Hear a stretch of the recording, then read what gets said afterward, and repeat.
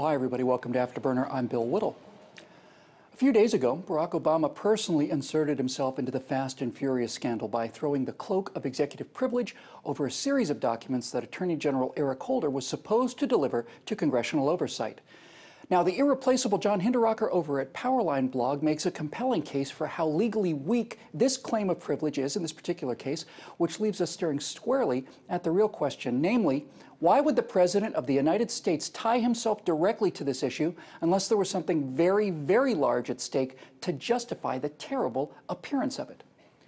Well, in cases of corruption, we're often told to follow the money. But Barack Obama and Eric Holder are not people who are primarily motivated by money, but as community organizers, civil rights lawyers, and so on, something motivated them to achieve national level office, and that something is ideology.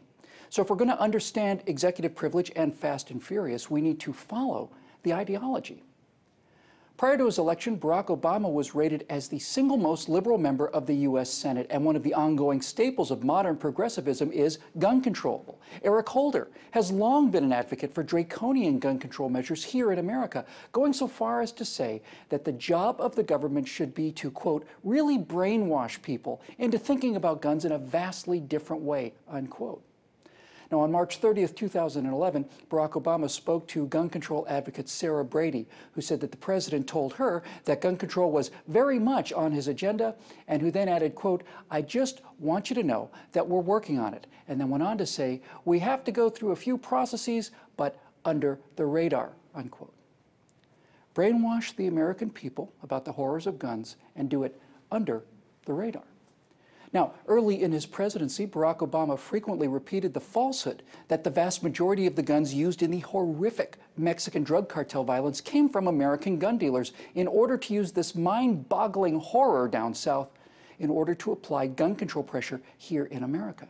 Now, this was absolutely false at the time, and the presentation of evidence showing that American guns were responsible for only a tiny sliver of all of the weapons used proved embarrassing to the man who I've noted does not take well to embarrassment. Now, back in 2008, Barack Obama ran on, among other things, a promise of millions of green jobs being created through alternative energy sources.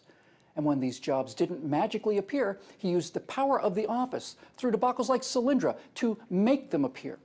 And I believe that Eric Holder and Barack Obama did precisely the same thing in the case of Fast and Furious. In other words, if American guns were not being used in significant numbers to use as a lever for gun restrictions on American soil, then Barack Obama and Eric Holder would supply the guns to make the case that could not be made previously.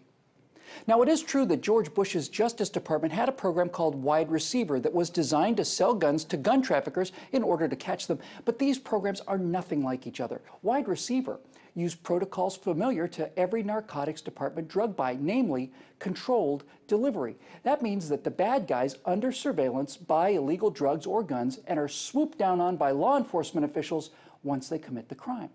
Wide Receiver used GPS tracers in the guns. Wide Receiver was performed with the full knowledge, approval, and cooperation of the Mexican government. And when it looked like there might be some danger that these guns could, actually do some harm, the Wide Receiver program was shut down. Fast and Furious didn't use controlled delivery. It did not use tracking devices. It was not a limited number of weapons. It was thousands of them. And it was not known of or approved by Mexican law enforcement officials who simply were speechless and horrified to discover what Holder's Fast and Furious program actually did do, namely, blindly pump thousands of American assault rifles into the Mexican cartels without any chance to prevent them from doing harm.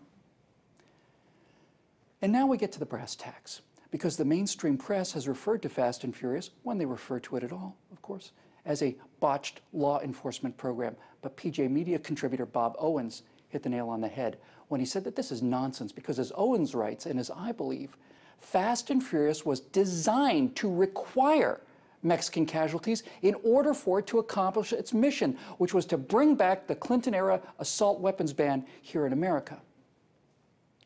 Now, if that is in fact the case, consider just how unrelentingly evil this idea and these two men really are.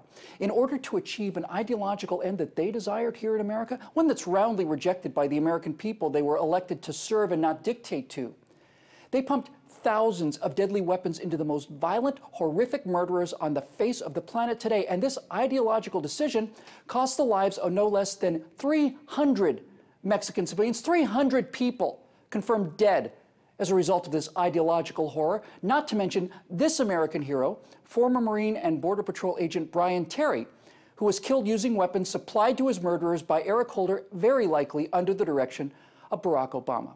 And to those liberals who say that this is a tempest in a teapot, it's just gotcha politics, just political posturing or simple racism, let me just say this. We know who the real racists are here. You don't give a damn about these dead people because they're only Mexicans to you. They're certainly not worth politically hurting your messiah over. If these had been 300 graphic designers in San Francisco and a university president instead of friendless peasants and a law enforcement officer, you would have dragged a Republican president out of the White House with torches and pitchforks, and you would have been right to do so. And if you find that kind of racist allegation offensive, well, welcome to our world. Just follow the ideology. It makes perfect sense. And if the mainstream media, which just a few days ago celebrated the 40th anniversary of the uncovering of a minor burglary at the Watergate complex as the greatest act of freedom in the history of the Republic, has any shred of decency or credibility left, they would realize that this is Watergate with 300 dead people lying on the ground. Have you no shame, you so-called reporters and journalists? Have you no shame at all?